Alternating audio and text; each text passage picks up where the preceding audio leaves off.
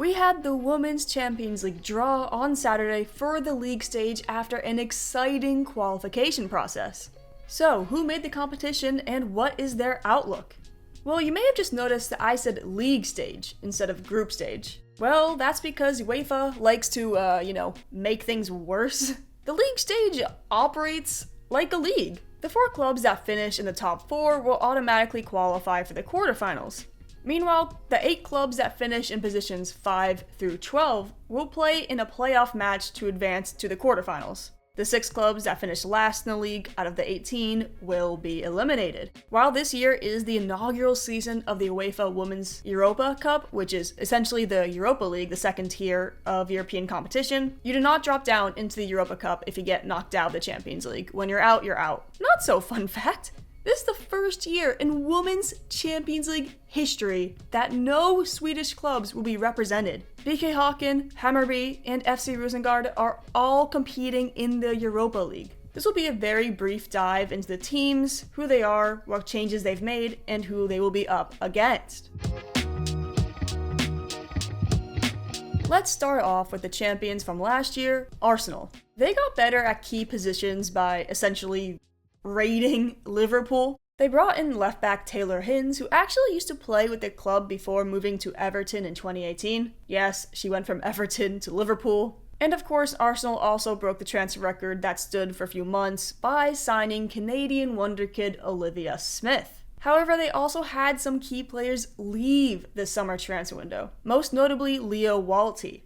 And I'm not going to put this lightly, this will hurt. They also lost 2 of their Swedes, Amanda Ilstedt and Lena Hurtig, including some youth like Laura Weinthrather. She left permanently for City, and they also lost 2 youngsters to London City. And while this might not sound like much, it will be something to watch as the season goes on because it's possible the veterans on the team will get tired to legs.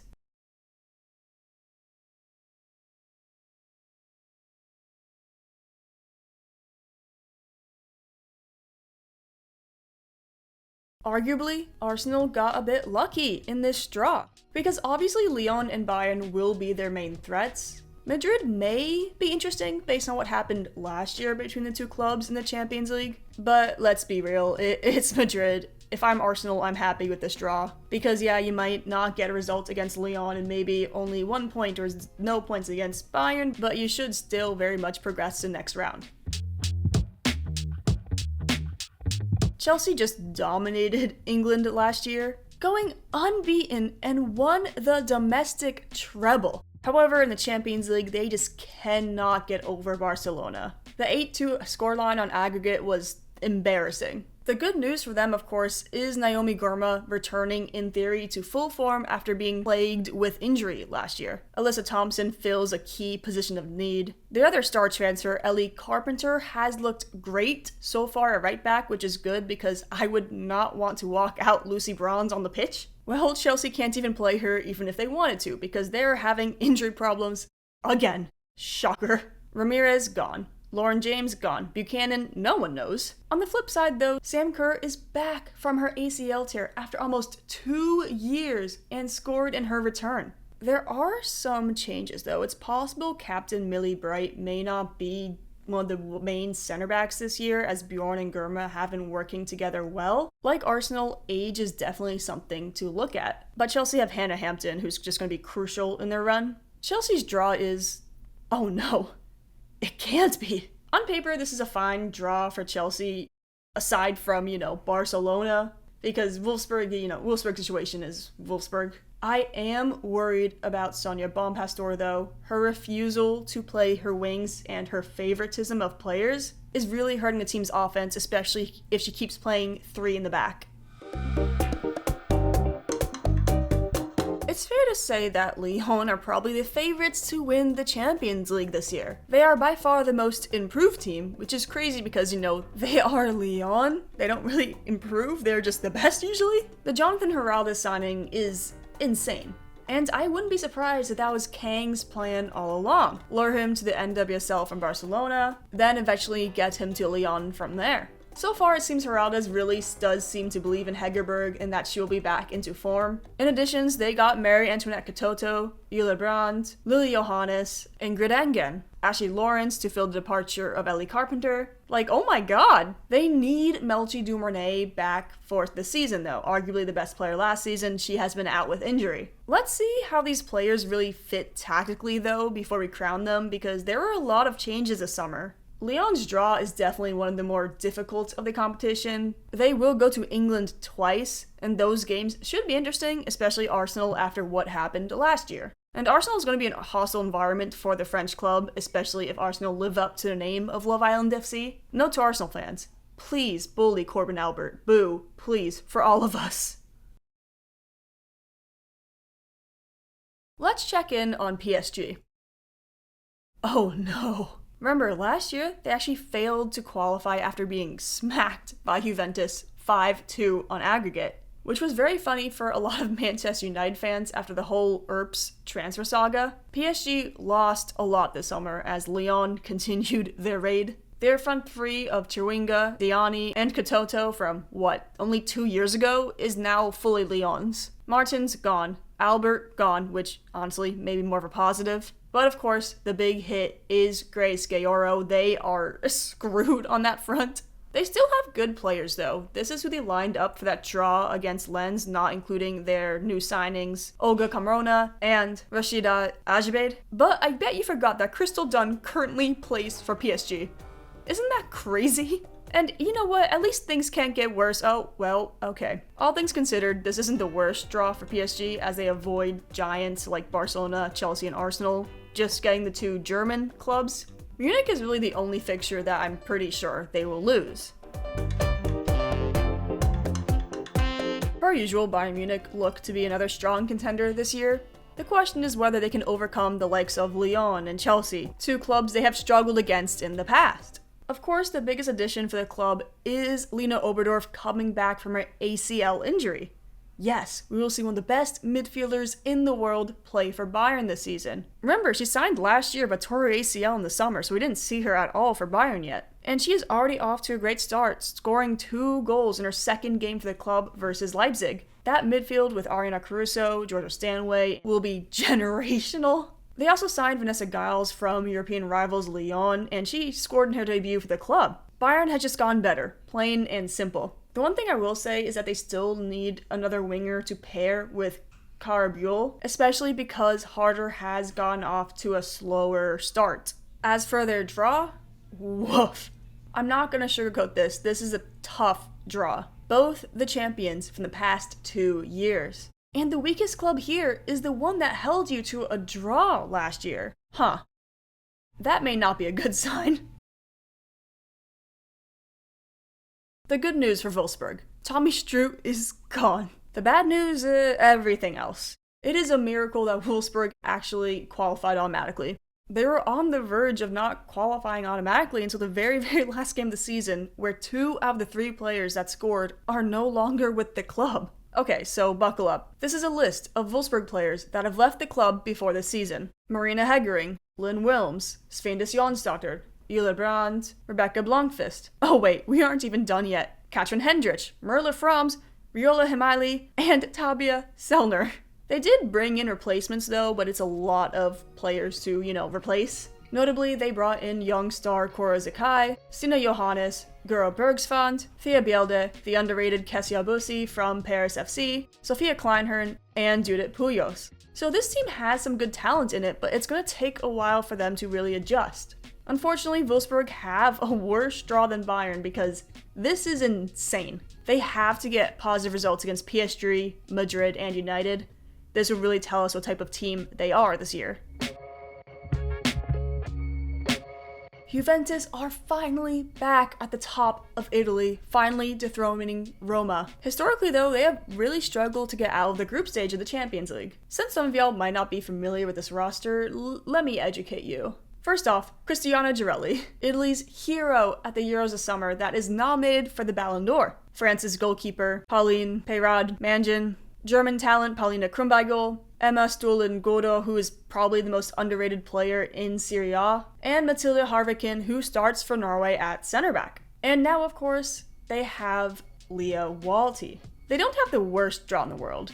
They will be favorites over St. Pölten and Benfica, and they definitely have a chance against Atlético Madrid. So it would be really shocking if they don't advance. Benfica qualified automatically this year, unlike last year where Julie Blokstad and Hammarby knocked them out in qualifications. So what did they do to improve their team this summer? Well, they rated their rival Sporting's best Portuguese players. They also went after players with Champions League experience, like Caroline Möller from Real Madrid and Raquel Engesvik from Brann. You still don't want to overlook them, but they are not the same team without club legend Jessica Silva. The Portuguese league just in general still has a little bit to go. Benfica escaped the draw that doesn't put them at a huge disadvantage, but Arsenal and Barcelona, are not great. They do have a chance against the others, but they're definitely one of the weaker sides in this competition. I feel like I already made a whole video about where Barcelona is right now, and it's not great. So definitely check out that video if you haven't. Barca's starting 11, beautiful, amazing, show-stopping talented. They have like 3 pretty good substitutions as well, but the rest of their depth is going to be really dependent on Barcelona B players. The problem is when the Champions League starts and injuries start piling up. Romeu is going to have to rotate players. They will, of course, be looking to redeem themselves after losing the final last year, which lost them the chance of a three-peat, but it's fair to say they got worse this offseason. All eyes will be on head coach Per Romeu because, we know the players aren't the problem. The lack of depth might be, though. For Barcelona, this should be a pretty easy draw aside from obviously Bayern and Chelsea. They are luckier than a lot of the other clubs on this. However, as we've seen in the past, Barcelona have a tendency to drop their guard, and I think a club like Roma could punish them, so we'll see about their rotation. Okay, so now we're going to move on to the teams that qualified through qualification rounds, starting with Atlético Madrid, who qualified after defeating BK Häcken from Sweden. Unlike, last year, where they were embarrassed by Rosenborg and Rugal Rulay in the qualification round. Their team is better than last year. They just acquired Spanish youngster Julia Bartel on loan from Chelsea, who seems to be having immediate impact at the club, scoring against Levante. Make no mistake though, this team lives and dies by Luani. The make or break game for Atletico is going to be United and Juventus. Those will determine if they advance or not, because I doubt they get results at Lyon or against Bayern, but you never know. So in case you missed it, Manchester United had a bit of a scare up in Bergen, Norway to Brann, losing in the first leg. Luckily, one of their own Norwegians, Elisabeth Terland, is really good at football. The former Brann player herself scored a hat trick to qualify the Manchester club for the league stage. On paper, this team got better with the additions of Fridolina Rofo and Julia Zigiotti Olme. The weird swap deal with City giving up Clinton for Park seems to be working out for both clubs. The defense showed up against Arsenal on Sunday, and their offense looked threatening, but not really enough to get a clear chance in the box. And this draw for United is, is not going to be easy. Could be worse, and still not great. At least they are at home against Vålerenga, because, we have seen what happens when they play against a team in Norway. OH Leuven's real challenge was in the second qualifying round instead of the third, facing Swedish giants Rosengard. Their offense showed up though and eventually earned them their first ever place in the Champions League. Yes, this is the club's first time qualifying, and they are the first Belgian club to get past qualification rounds since Anderlecht in the 2019-20 season. 6 years. Unfortunately, the debutants will have one of the toughest draws of the league stage. See, this group is just mean. Like, what do you mean Arsenal home and Barcelona away? It's good for Belgium to be back in the Champions League though, but this is just an unfortunate draw and they already were starting at a disadvantage. Paris FC, I'm not gonna lie, losing Kessia Busi to Wolfsburg is going to hurt. But they're still a good team and have Clara Matteo in attack who just keeps getting better and better. Matteo is essentially the whole offense for this team, being the only player to score in qualification against Austria Wien, but their defense is shaping up to be solid. They will have to face both Chelsea and Barcelona in the league stage. Aside from that, though, it could be worse. I wouldn't write them off. There is a real possibility they win the other 4 games. Not a high chance, but not impractical. I'll be real here, I have no idea whether Real Madrid got better or worse this offseason. After losing Melanie Leipolz to retirement due to their, own mistakes, they invested heavily in the position this offseason. Sarah Dabritz from Lyon, Hannah Bennison from Juventus, and midfielder-defender hybrid Sarah Holmgaard from Everton. However, they lost their star left-back Olga Carmona to PSG and brought in the young Swedish talent Bella Andersson from Hammarby. Oh, and Merle Franz at goalkeeper despite already having Misa. Madrid will look to bounce back from their embarrassing collapse to Arsenal in the quarters last year after choking away a 2-0 lead. And they will get a chance to do exactly that at the Emirates in the group stage as they face off on match day 2. And this is not an easy draw for Madrid, but it could be worse, which I feel I'm saying for almost every club so far. But it's just hard to evaluate because it's the first time we're seeing the league stage. We really have no idea how this is going to go. Oh, how the mighty have fallen. Roma narrowly escaped an upset in qualification by Sporting, taking the second leg after losing the first. Probably the most important move this offseason for across Europe was the one that didn't happen at all. The club managed to hold on to Switzerland's hero from the Euros this summer, Aaliyah Pilgrim, despite interest abroad. And they had a lot of turnover this season. Definitely watch the addition of Annalena Reike, but most of their core is still intact, including Pilgrim, Emily Harvey, Manuela Giuliano, Lucia Di Guglielmo, and Giulia Dragoni returns on loan. They will be looking to bounce back this season after failing to advance the past group stage last year, and Roma getting OH, Leuven, Vålerenga, and St. Pölten in the same draw might be their saving grace, because starting off with Barcelona, then Chelsea is going to be rough, but they should definitely advance to the next stage. St. Pölten dominated Danish club Fortuna, hoarding 5-2 on aggregate to qualify for the league stage, which is not surprising. St. Pölten have been a fixture of the Women's Champions League for over a decade now. The Austrian club dominated the Frauenliga with ease last year, thanks to a really effective offense. They qualified for the group stage of the Women's Champions League for 3 seasons in a row, and will now face a league stage where, like their past group stages, the odds are not in their favor. Yeah, they ain't making it. Lyon, Atlético, Chelsea, Juventus, and Roma? These poor souls, they got no luck in the draw. This might be the worst draw for any club in the tournament. Jill Roord is going to play Champions League football this year, while Manchester City will not. FC Twente is FC Twente. They absolutely dominated Katowice in qualifications. Not only did Twente defeat Celtic twice in the group stage last year, they added Jill Roord out of nowhere this summer. Yes, they lost players this summer, but I highly doubt they really take a step back. Their offense is going to be good. Unfortunately, they will be hosting Chelsea at home, which is, an actual homecoming for Vicky Kaptein, which would be pretty cool. Then their own Jill Roord returns to London to play her old club. I'm telling you, Twente's draw is going to be cinema. Vålerenga's gift for winning the top Syrian in 2024 was an easier qualification route than Brann. Fun fact, there are only 2 players on the squad not from Norway, Sweden, or Iceland. This is a club not to be taken lightly. They managed a draw against Bayern Munich last year in the group stage and have a lot of experience in this competition. The addition of Tove Enblom last year at goalkeeper has really made the squad level up. And if I'm Vålerenga, I'm pretty happy with this draw. Clubs struggle coming to Norway, especially in the fall, and they'll have both Wolfsburg and Paris come up, which could be crucial results. I'm sure they're sad though that's not Bayern and United at home, because then they'd really have more of an advantage over the larger clubs.